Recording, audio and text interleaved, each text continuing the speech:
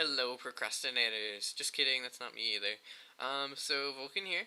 We're doing let's see. First we're doing the Hermit God, and then we will be going on to the Trench of Death.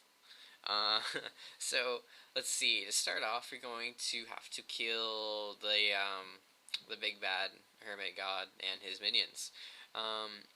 In order to do so, you will have to kill the tentacles that are swimming around his dark, deep pool that you cannot enter. So in order to do so, you just shoot the tentacles. In a second here, you'll see that he also does have these minions that are spawned as well. And they can be a pain. They look like miniature versions of him, as you can see there. And they cause paralyze, which is a pain because it can hurt like really bad if you're not careful. So you gotta watch out for that, and then also watch out for the whirlpools and the tentacles and his attacks and basically everything shooting at you. His ink blobs when he first surfaces will make you blind as well. So there's all sorts of things going on once he surfaces. So you want to get in as much damage as possible. If there's a knight there, even better, because then he can stun the Hermit God, so that his attacks don't hurt as much.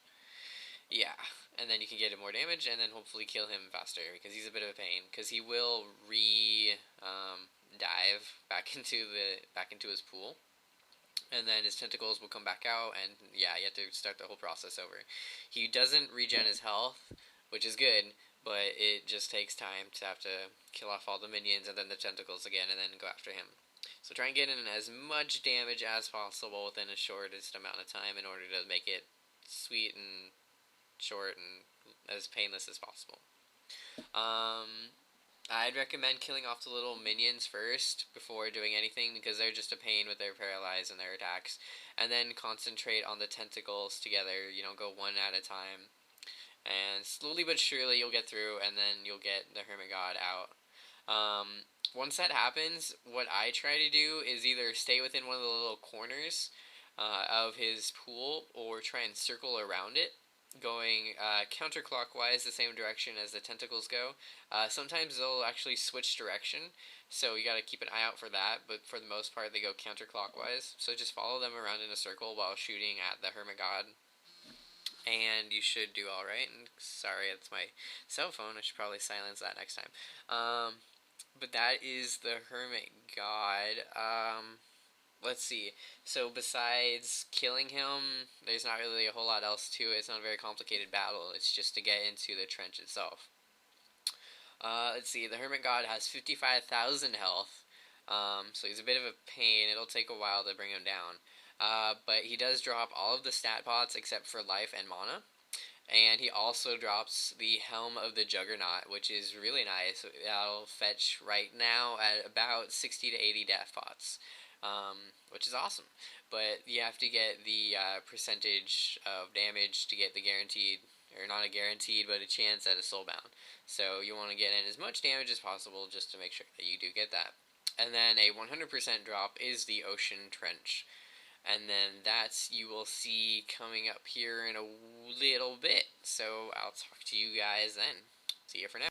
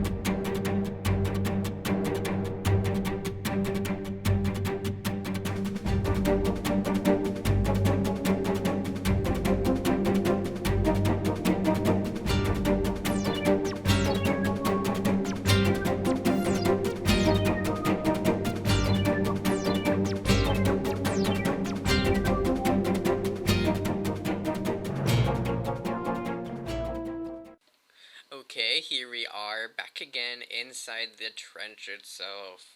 Don't mind me asking these people to not like rush because yeah, I was gonna edit it out, but that's no fun, and you'd miss out on some of the beginning stuff, like this beginning area here. So I decided to leave it in. So yeah, just ignore my bad typing and my asking them to say. They'll all eventually leave in a little bit anyways, so that's good, I guess. But on to the dungeon itself. As you can see, we have little blue bars, or I have a little blue bar underneath of me. Everyone else can see their own little blue bar, and that is your oxygen. We are currently standing on these oxygen vents. And once you leave those oxygen vents, you start to lose oxygen. And that is like the core component to these dungeons. If you lose oxygen, you will slowly, well, not slowly, really. It's about 20 to 40 health a second. And that hurts, considering you only have, so much health. So you're definitely going to want to keep track of your bar. Make sure that you've got an eye on that at all times, like even more so than when you're watching your health bar. Because that's going to drain, you don't really have all that much time to breathe. So definitely be hopping on those air vents as soon as you can, as often as you can.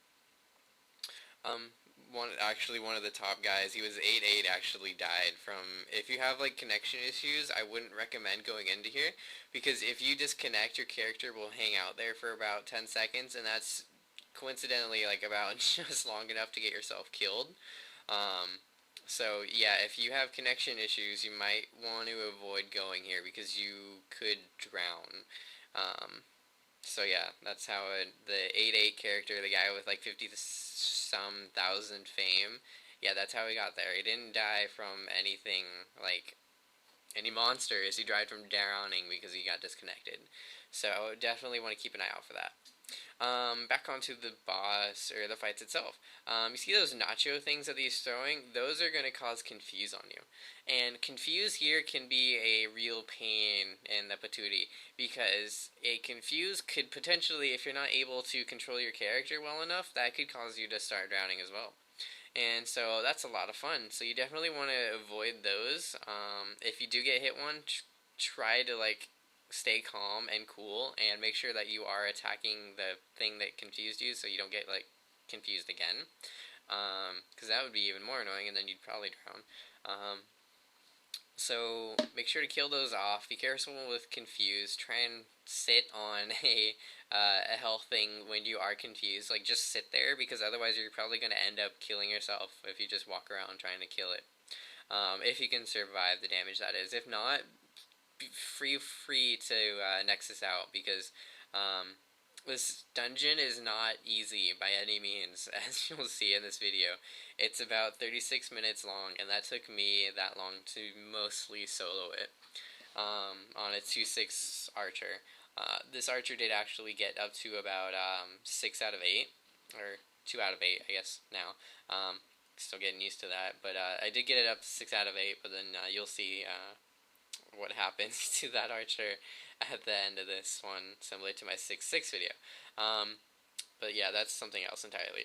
So let's see, you saw the little slurmy, wormy thingies there a little bit ago. They kind of spawn from these coral hive hut things.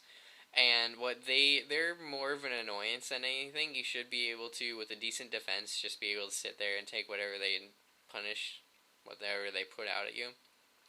So just basically concentrate on their hive, and you should be fine.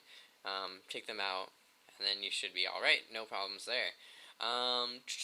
Let's see. Okay, so the horses. The white horses that you see shooting the stars out, which you will see shooting the stars out, watch out for them, because those stars, those are going to paralyze you. And if you just take a second to think about what paralyze could potentially do here when you're trying to breathe, like, all the time, yeah, you could get stuck like an inch away from the air bubbles and then drown because you had little health, and then die. So if you get hit by a paralyze, you're either going to want to, most people will probably be doing this dungeon with other people, because that's just smart. One recommended tactic to this dungeon is having someone be the anchor. And what they'll do is they'll sit in a safe room on top of an air vent, so that in case something does happen, such as low health, low oxygen, or if they're paralyzed or confused, you will have that person locked, and you'll be able to quickly teleport to them, so that you won't be taking any more damage, and you can just sit on an air vent, and you don't have to worry about drowning, and you can regen your health. It's a really good tactic to use, even if you have like an alt or something like that. Bring that in with you, but be careful with it, because sometimes you'll get monsters wandering around and it could die. So it's best to do it with other active players, but just have someone sit there to do it. Like, and you can like totally switch on and off with someone else's. If you like, you rush in to kill off a few waves, and then you trade spaces with them as you go back to regen health and stuff like that. That would totally work, and that's like a recommended tactic for, if you're doing it with other people. So yeah, definitely watch out for the horses. The little seahorses, their bubbles really stack in large numbers, and so that can be a bit of a pain, but they shouldn't be doing too much damage to you. They aren't as bad. Definitely concentrate on the big horse, the pony, because he's going to be the one that's doing the most damage to you, especially with those paralyzes. So be very careful with the horses. Let's see, there's two of the different fishmen. There's a bigger one, which is more of a pain to kill, and they do quite a bit more damage, and then there's a smaller one, and they both throw out the nachos that do confuse. The little one's confuse isn't as bad as the big one, I believe, so they aren't quite as bad, but there's more of them, and so more confuses are being thrown out. So you still want to be careful with them. Definitely don't underestimate them because they're smaller. I believe that covers all of the minions that you'll run across within this dungeon up to this point until you reach the final boss, and her name is Thessel. And you'll see her much later in the video because it takes me a while to get to her. And then also it takes me a long time to kill her because I get scared easily and didn't want to die. So yeah, I will see you guys then. Yeah, bye for now. Wait, no, stop, wait. Those squids, that's a squid, and they can hurt pretty darn bad. You see those bubbles that it's dropping? Those will really hurt. I believe later in the video, possibly already in the video, I ran across one or two of the bubbles that one of them dropped without noticing that he dropped the bubbles there, and it took away easily 3/4 of my health. They do quite a lot of damage. You do not want to walk onto those. And even with my speed, they still can catch up to me pretty quickly. So you definitely want to be careful with these guys. They will do a ton of damage to you if you aren't careful. And then they also do the ink blots, which will blind you as well. So they can definitely be a pain. Watch out for those. If you're an archer or a huntress or anything that can either stun or slow, make sure to use those on those squids. Because they're going to kill you if you're not quick enough to get away, or if you can't get enough damage in to kill them. So yeah, okay, I'm pretty sure that's all of them now. The horses, be careful, they're paralyzed. The little seahorses aren't so bad. The fishmen can be a pain. There's a lot of little ones, but not so many big ones, but the big ones are harder to kill. Watch out for their nachos because they cause confuse, as you can see. Watch out for the little slime, the little wormy things. They aren't so bad. Just concentrate on their huts, and they won't be too much of a problem. And then the squids will eat your face if you're not careful. So yeah, that about wraps it up for the minions that you will encounter along the way to getting to Thessel. Good luck, and make sure to keep an eye on that health, or on that oxygen rather, because that's going to be a key point in making it through this dungeon. So yeah, I will talk to you then. See you guys.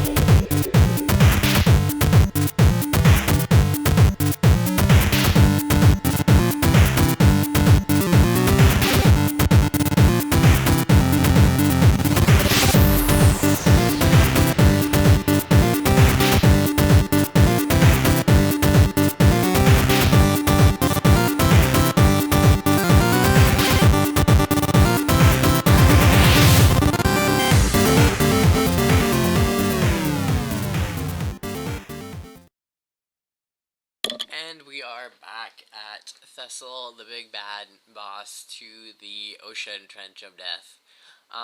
So she is going to be a pain in your backside.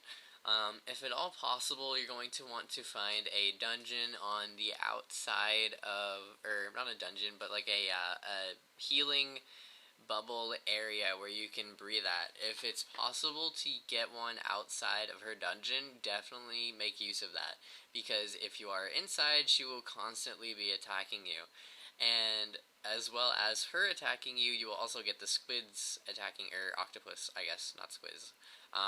You will get those octopus attacking you.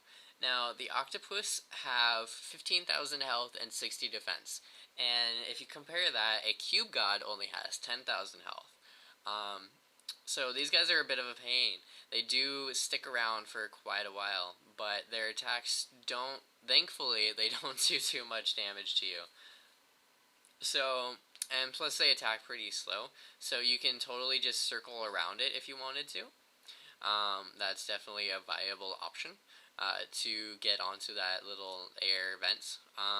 But what I did throughout the course of the video, what I would recommend doing is, just for a breather, is to go out and use the vents outside of her room. Let's see. So Thessal herself has 69,000 health and 25 defense. So this is going to be a long fight. Especially if you can't do as much damage as you wish you could, like I cannot do. So you're going to be in this for a long haul. I definitely recommend lots of health pots or lots of friends. Don't try to solo this if you're smart. So there is that. So Thessal herself will go through a few different attacks. She will constantly be throwing out those coral bombs that you see. She throws out the big bomb explodes into a bunch of little bombs, and the little bombs attack, or explode into the attacks that you see.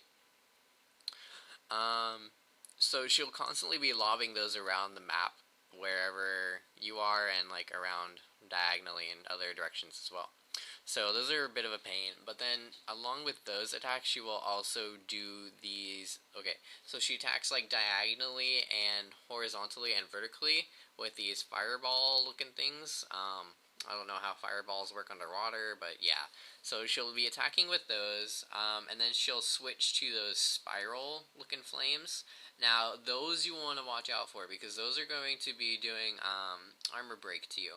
And what armor break does is it makes you take like literally like twice as much damage. And so that's like a status effect, similar to paralyze or confuse. So it will stick with you, and you will take more damage with every other attack that hits you as well. So those are going to potentially really hurt. So you definitely want to watch out for those and make sure not to get hit by them. And then finally she will launch out these waves around her in a complete circle around her, slowly, very slowly, breaking apart for an opening. And those openings happen right around where the air vents are at. So that's convenient if you are able to get a good foothold on one of those air vents and use those. Make sure to use them to your advantage if you can. It's convenient for getting in and out quickly, but if you aren't maybe as prepared or as ready for this battle, or you need to use a room outside of this one for healing and recuperating. Yeah, That's about of the battle with her. Her attacks aren't all that complicated. She won't do anything special. It's just keeping an eye on what attack she's gonna do, watching out for the armor break, and getting in damage over and over again. So yeah, let's see. As for drops, she will drop a potion of mana, which is worth roughly 2 defense currently. A coral silk armor, which is worth roughly 8 defense currently. A coral bow, which is worth 120 to 150 defense. So that's gonna be an awesome drop if you can get that. And then, last but not least, well, it's not actually the last one, it's just the last one's worth noting, is a wine cellar incantation, which is currently worth around 40 defense. She also drops a coral ring, but for whatever reason, it's a pretty junk ring and no one really likes it, so it's only worth like literally 1 to 2 speed. So if you get like just that, I'm so sorry. You do not deserve that. You deserve more, but that's what you get. So yeah, those are her drops, and that's about it actually for fighting her. As always, within this dungeon, be very careful and keep an eye on your oxygen. You do not want to be losing oxygen while you're trying to fight her and the squid, or octopus rather, and dodging her coral bombs and dodging all of her attacks. So do be very careful here. You always have to be on your toes. You do not want to relax like ever in this dungeon. It took me quite a while to complete it because she is not an easy boss by any means. If you are not like 6, 8, 8, whatever. Especially for soloing, like I stupidly did, but I managed to do it. If you're careful, if you have an inventory full of health pots, and decent equipment, at least a few max stats, it is possible. You can see that it's possible, even on an archer. Even though it's me playing, it is possible. So, if you're careful, if you're confident in your abilities, by all means go for it. Just be very careful and try not to die. Don't forget to bring a baby chick with you, because that's my like, good luck charm, obviously. The only reason why I survived it. So, yeah, that is it. That is the tunnel, trench, ocean thing. I should probably stop it there before it gets any worse. So, yeah, I hope this guide helped a little bit. It's a little bit disorganized, unorganized. Yeah, but I think it gives you a good bit of information as to how she attacks, what you should watch out for, and that you should be careful at all times no matter what, or else you die. So yeah, hopefully you survive and get some nice fat loot like a new coral bow. Yeah, that is it. See you guys.